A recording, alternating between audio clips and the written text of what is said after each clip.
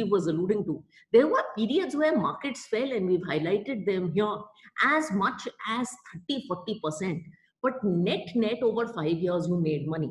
And I think that is a little bit like equity investing. हमारे हिंदी में वो analogy है कि it is like standing in a pile of mud and thinking, almost in a pile of kichad, and thinking, yaar, how am I going to get out of this on a day-to-day basis? But when you look at it over 5 years, actually it is not so bad.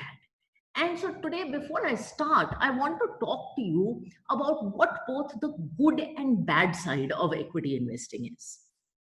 Now, the good news about equity investing, and it's always good to start times like this with good news, is that in the long term, and we can talk about what long term is, equities do outperform. Since 1990, in the Indian context, despite everything that has happened, equity has returned 12% when fixed income has returned 8%. In fact, if I talk to you about the world, despite all the chaos that has happened in the last century, even global equities on a world basis have given about 10% a year since 1970. So the fact is, equities do make money. They also allow you to be owners in some way in a business without running one. And you can't take away that. I think what you're buying, remember, what you're buying is not stocks. You are owners of businesses in some way. And I think once you realize that, your lens of looking at equities is also far more comforting. Equities also significantly help in diversification, and diversification is the need of the hour. In today's day and age, when interest rates are falling and you're earning about 4, 5, 6% on a pre-tax basis in your debt instruments, you almost have no option but to cover equities in some quantum. You need that wealth creation in your portfolio.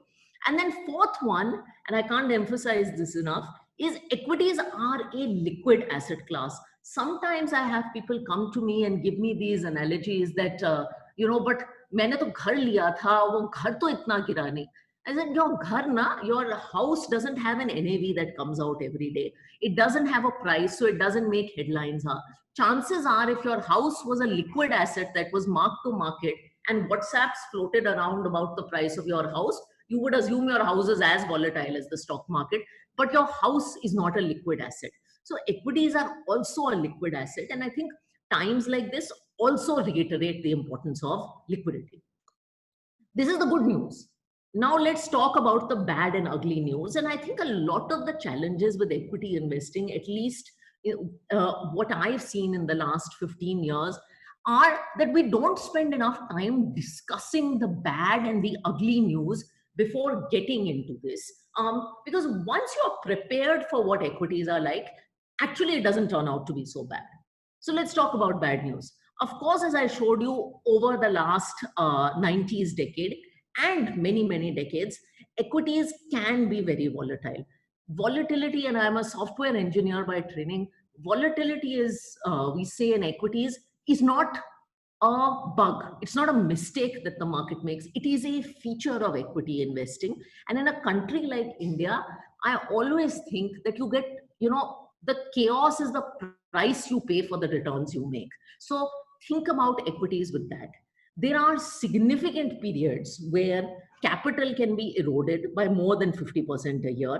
You've had 2008, you've had 2011, you've had 1993, you've had about 10 sharp corrections in equities. But do remember that if I showed you a chart of the top 10 corrections that markets have seen, each 3-year period after that has also met a resounding rally. But do remember that capital can fall, and it can fall significantly. Some people also get worried because there are bad companies. You hear things in the news. There are good companies, there are bad companies. Bad companies can wipe out capital completely, but good companies are sort of the chance to participate in the growth story that is India. So there are good companies, there are bad companies. And I think most importantly, there are periods in equity investing where returns can be very moderate, even in a 3 to 5 year period. So when you're looking at equity investing, you definitely have to look at a 5+ year outlook, ideally 7 to 10 years. And just think about the fact, when you remember that you're buying businesses, you do realize businesses can go through a 3-year rough patch. They can definitely go through a 3 to 6 month rough patch. That though is guaranteed. But if you were an owner of a business and your business was going through a 6 month rough patch, would you shut it down? Highly unlikely. And I think when you think about equities with that lens, you will feel a lot more comfortable. There was a beautiful quote that a star of a lost or a old decade, Marilyn Monroe, said about herself. And I think in this context, it's very true about equity investing. And one of the things that Marilyn Monroe said is that if you don't love me at my worst, you don't deserve me at my best. And I think that's very, very true of equity investing. If you're not prepared to tolerate the worst, then you will not stick around to see the best. And so today, what I want to do in the next 15 minutes is talk about 5 pieces of advice I have so that this equity investing journey can be made a little simpler and you're able to go through the worst, but also hang around to see the best of what equities have to offer. So 5 ways to handle equity. The first one I want to talk to you about is emotional control. And I started with emotional control because I think the times we live in make emotional control very difficult. Now, we all believe that we are very intelligent people, but genuinely, I think EQ is not correlated to IQ. And let me give you a small example. Everyone knows who Isaac Newton is. I mean, Sanjeev was very generous in my introduction about me and Edelweiss, but everyone definitely knows who Isaac Newton is. And this is not a story of Newton's tryst with mathematics. This is a story of Newton's tryst with the stock market. So sometime in the 1800s, there was a company called South Sea Company in which Newton invested a small amount of money at 180. The stock went to 360 and Newton exited the stock, very happy that, of course, he had made a lot of money, bahut paise banaye. He continued to watch the stock and his friends continued to invest in the stock and they got rich. Now there's this wonderful feeling that we have in the millennial lingo called FOMO, feeling of missing out. Time changes, but the feeling of FOMO was present even then. So he felt FOMO and he re-entered the stock at 680. What this chart doesn't tell you is he entered with 3 times the quantity. The stock went to 1050 and obviously he felt fantastic. And then finally the stock fell to 175, which is when he exited the stock. After this, Isaac Newton, who's one of the smartest people in the world, made a statement that I can predict the motion of planets, but I do not understand the madness of stock markets and the people. And, you know, this is Newton, but I think we live in tougher times than Isaac Newton. We live in times where 10 years ago, when I saw my first financial crisis in 2008, if you were feeling angry, you could probably influence 30 people around you. But today, any kind of emotion is significantly heightened because of the presence of both electronic and social media. And I think EQ now in equity investing is actually becoming far more important than IQ. What Newton felt in the sense FOMO and fear are both very, very powerful emotions. And it is quite easy to get swayed by the crowd. A lot of the volatility that goes on in your mind is induced by news. But you do have to remember that you make money in equities if you can run away from the crowd. In fact, we just pulled up some interesting data here, and this is year by year, 2000 through 2014. And every year you see the calendar year returns of the market. And the next line is what I want you to pay attention to. This is the returns you would have earned if you would have invested in that bad year till now. So till now. Now look at years like 2000, 2001, 2002. I mean, nothing happened in this period. But investors who invested in this period have actually done very well. I'll tell you a small story. My wedding happened at the end of 2007, very, very early 2008 period. And I got married at Air Force Auditorium, Sobroto Park, and my wedding happened on the day of the Reliance Power IPO. I am not kidding, but my father was more interested in the allotment of the Reliance Power IPO than what was happening at my wedding reception. That was the frenzy at the peak of the market. My 25th birthday happened somewhere around 2008, actually on the day that Lehman Brothers blew up. The year that markets gave minus 52 and everybody thought the world was going to come to an end. Just look at the difference between investing around my wedding, which was about 4%, and the 25th birthday, which was 9 months later. One was a period of absolute frenzy, but actually investors haven't made money. And one was a period of absolute panic, which is your Lehman Brothers period, where investors have made money. So being unemotional actually is very, very powerful in equity investing. These are times to take advantage of, not be panicked by. The second piece of advice that I want to leave with you is that try to quit this process of timing the market.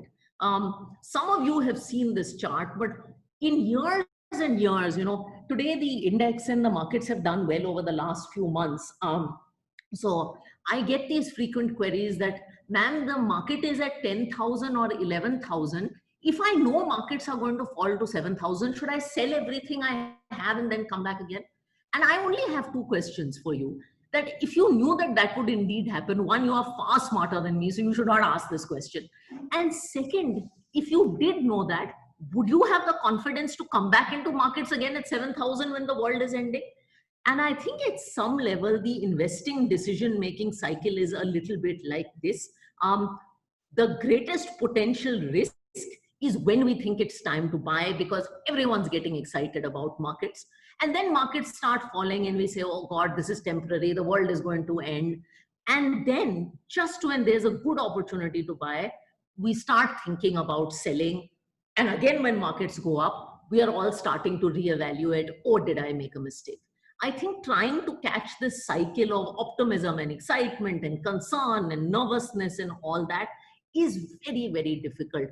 I mean, the one thing I'm clear about is it's almost impossible to time the market. So I think instead of trying to go through this emotional cycle, especially when you have so much else to do in life, the better thing is to just automate the decision-making process and invest. Invest constantly rather than trying to time the market. Nobody does it very, very well. So don't try to time the market. Rules, in my view, are, and I am a big believer of rules and discipline is actually a great thing. I think one of the reasons that I personally do SIPs, and I've never stopped SIPs, is I don't do SIPs to make returns. I actually do them for the discipline. Because I do SIPs, I know that a certain amount of money from my salary goes every month into the market, and I don't have to think about, is this a good time or is this not a good time, or should I be doing this or should I not be doing this? It's almost a disciplined, enforced, regimented way to invest in equities. And I think when the asset class is volatile, we can be less volatile.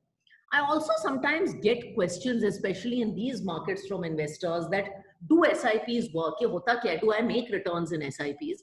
And I thought I would shatter some myths that come out in the media. This is the 10-year performance of SIPs. The blue line is your average 10-year return of SIPs. The orange line is your market return. And we've done 4 scenarios here. We've done scenarios, which is on the left, where markets returned as low as 0 to 8%. And then scenarios on your right, where markets returned more than 15%, which is a hard outcome. Look at just the left. Let's look at the worst case. Even in times when markets have done between 0 and 8%, your average SIP return has been 9%.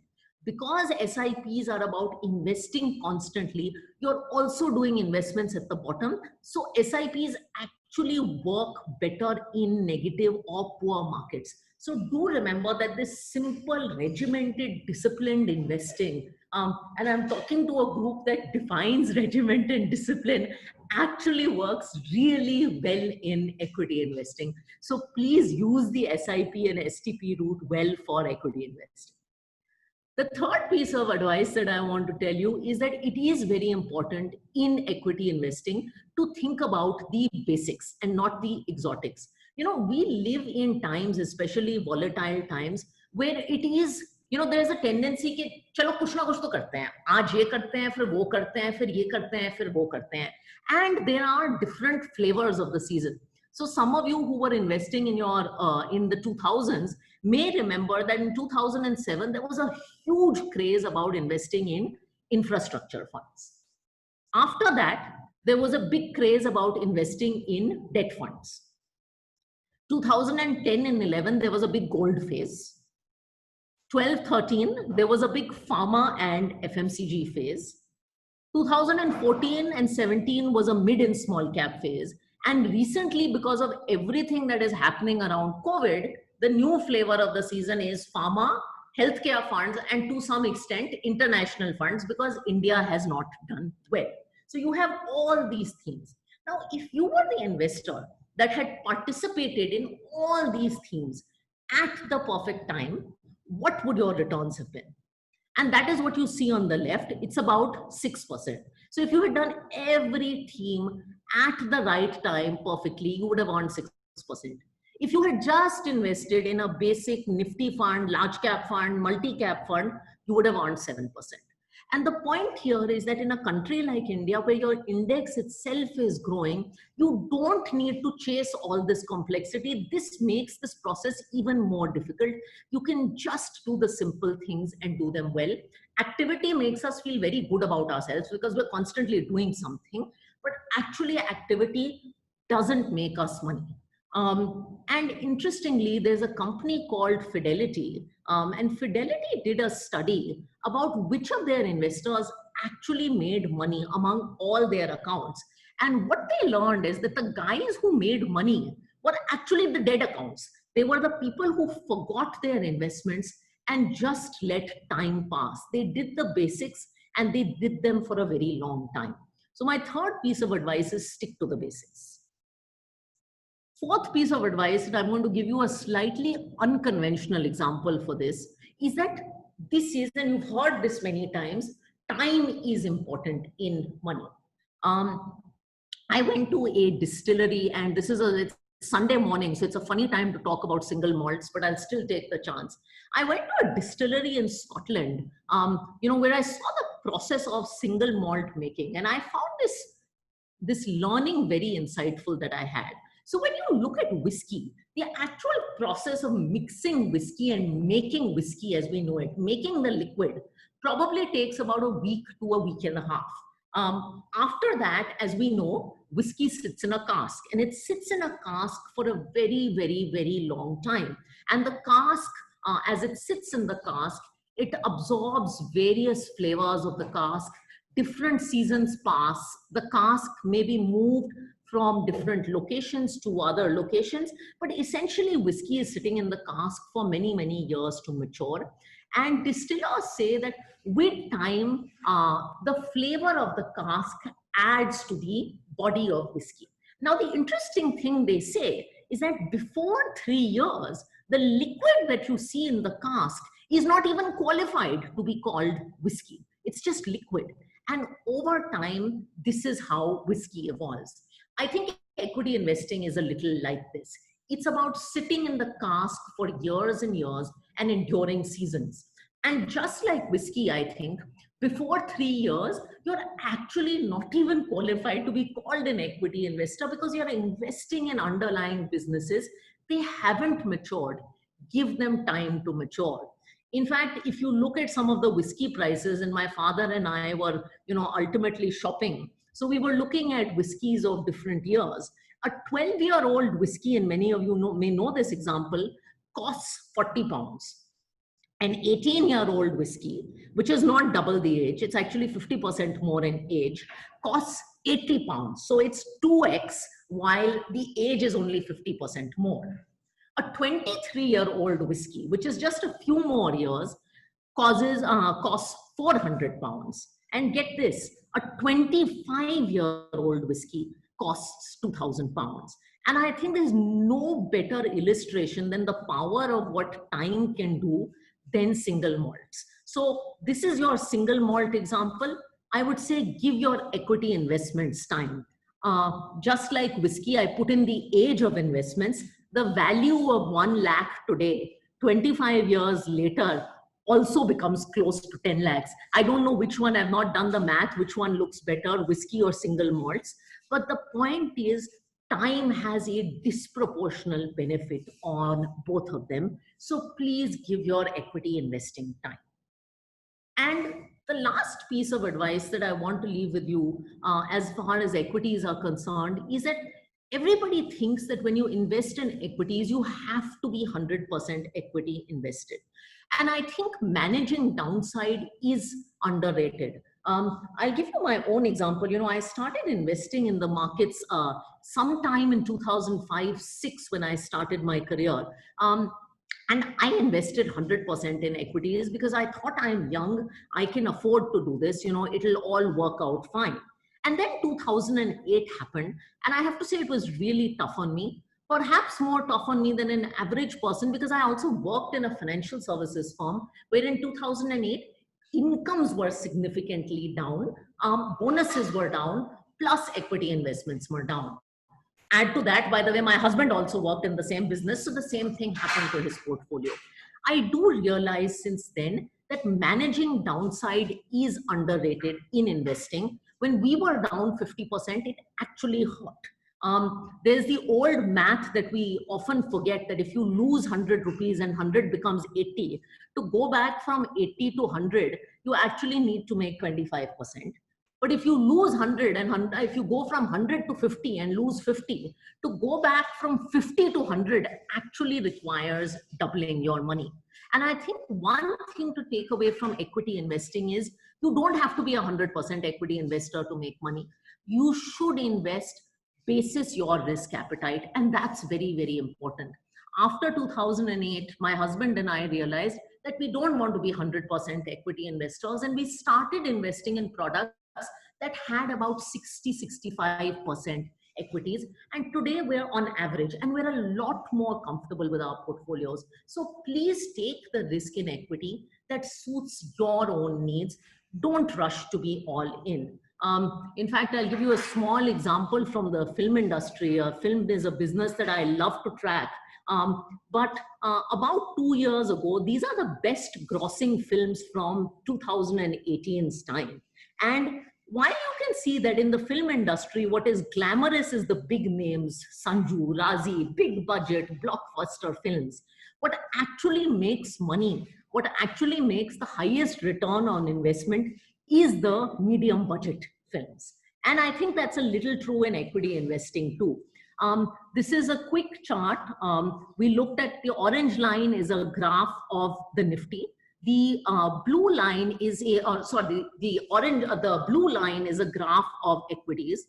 The orange line is a graph of any MF product. We've taken our own of a product that invests about 50% on average in equities and moves up and down depending on market conditions. What you'll realize is just doing a part amount of equities with some fixed income sometimes gives less volatile experience and earns you the same kind of returns. So equity investing doesn't necessarily mean taking a huge amount of risk. Take the risk that you are comfortable with. And sometimes some of these products that have a blend of equity and debt are like your small budget film, less glamorous, but very, very profitable. So I'll wrap up on this note. 5 tips to leave you with. Emotional control. I think stop timing the market. Invest in the basics. You don't need to chase complex ideas. Give this time. We talked about the single malt example. And remember that equity is an asset class that you can start slowly without being all in. I'm going to leave you with, since it's a morning and I do like poetry, a poem that actually Nida Fazli wrote and Prime Minister Modi also recited in Parliament a few years ago. It's very useful in life, but I think it describes the status of equity investing beautifully. It's written in Hindi, but I'm assuming everyone will get this. Nida Fazli writes, he says, "Safar mein dhoop to hogi. Safar mein dhoop to hogi, jo chal sako to chalo. Sabhi hai bheed mein, tum bhi nikal sako to chalo. किसी के वास्ते राहें कहाँ बदलती हैं, किसी के वास्ते राहें कहाँ बदलती हैं, तुम अपने आप को खुद ही बदल सको तो चलो." And I think that is equity investing. सफर ऐसा है जिसमें धूप तो होगी ये जानते हुए चलो, और मार्केट और इकोनॉमी तो किसी के वास्ते नहीं बदलती, तो खुद को बदल सको तो चलो. I'll stop right here, Sanjeev, and move to the questions.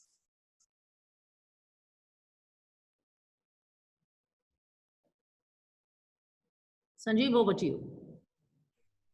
Yeah. So all of you heard what she said. Sanjeev, I can't hear you. Okay, just a minute.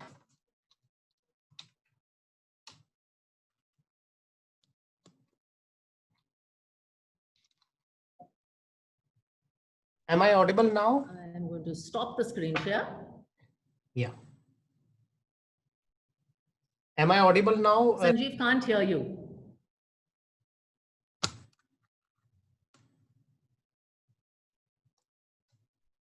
Oh. Am I audible now? Can't hear you. Can't hear. Sorry.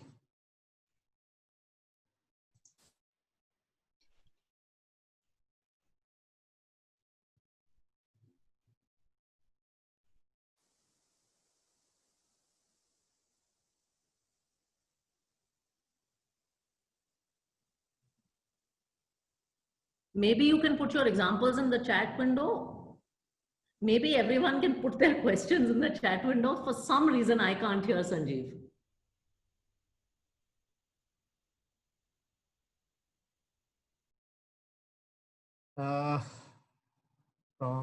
Yeah, people can hear me. I don't know. I can't hear you. Radhika is not able to hear me.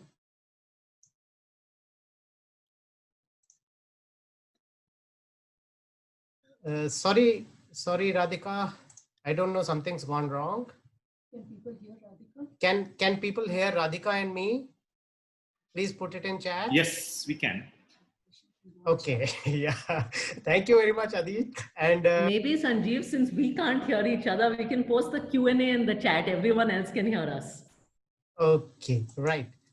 So I'll post a question in the chat. Okay, right. It is.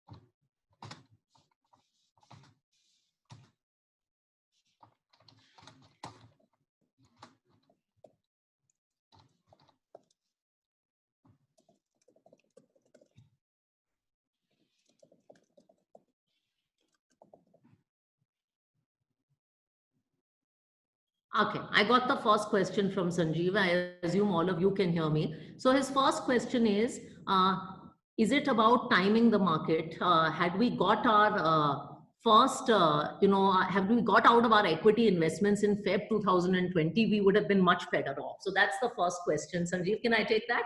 Okay, so I'll take that first question. The first question, so one is, who would have told you that you would have got out of your equity investments in February? I don't think anybody could have predicted that. I mean, if anybody could have predicted anything, then they should have predicted COVID. I think the second thing, and as I said this on media also, is that, when you look at your equity investments now and you look at all returns related to equities now, you're doing a slightly unfair evaluation. It's almost like, if I had to do an annual appraisal exercise of an employee who had done really well for 11 out of 12 months, and he had a particularly bad month, he was having all kinds of issues, and I did his appraisal basis 1 month. I don't think you can look at equity statistics basis either complete lows or after complete highs. You have to look at the average experience, which is why I had given you the 10-year SIP statistics. As I said, this exercise of I could have gotten out in February and I should have re-entered in April, it's an exercise even the finest of fund managers globally struggle to do. So I would encourage everyone not to do that. It's a very natural feeling. यार मैं April में निकल गया होता, मैं February में निकल गया होता. But realize you have no power to predict this, and almost nobody has power to predict this. the better thing to do is do it systematically. And when you invest systematically, genuinely, you invest at low tranches, you invest at high tranches, and net net, you end up doing reasonably fine. Sanjeev, should I take a second question?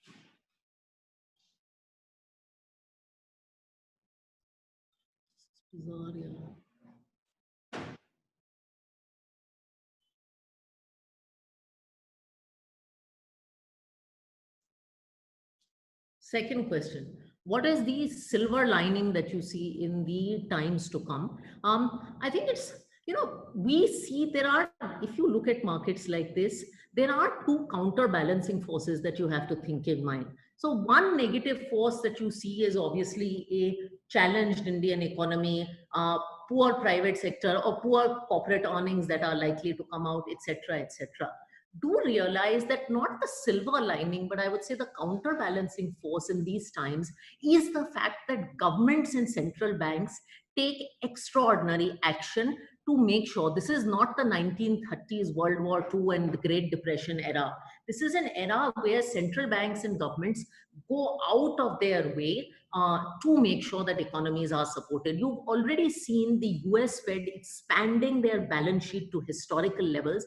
You're already seeing in India interest rates falling significantly. And when the cost of capital falls, it is good for businesses.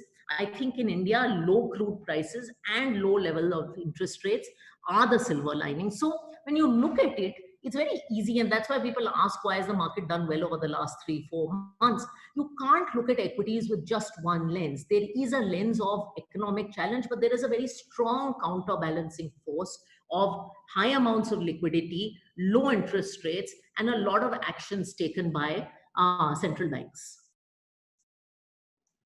Thank you very much, Radhika. I don't know whether you can hear me or not, but it was a fabulous talk that you gave.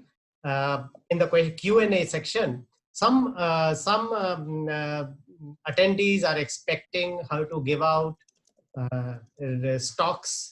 They are expecting her to give out exact funds to invest in, but that is not at all the purpose of this summit at all. We are not going into those things which depend a lot on you, your risk profile, your requirements for future, and this is going to give you bigger picture. This is going to give you much deeper things rather than merely telling you the stock or the mutual fund to invest in. I'm very sure with most of the people, what would gel with them is the whiskey and the movie examples given by Radhika. You must have seen how she puts across even complicated things in such an easy manner. Radhika can't hear. I'm very sorry about it, but there is some technical glitch because of which she can't hear. Radhika, thank you very much. Thanks a lot. Great having you here. Thank you.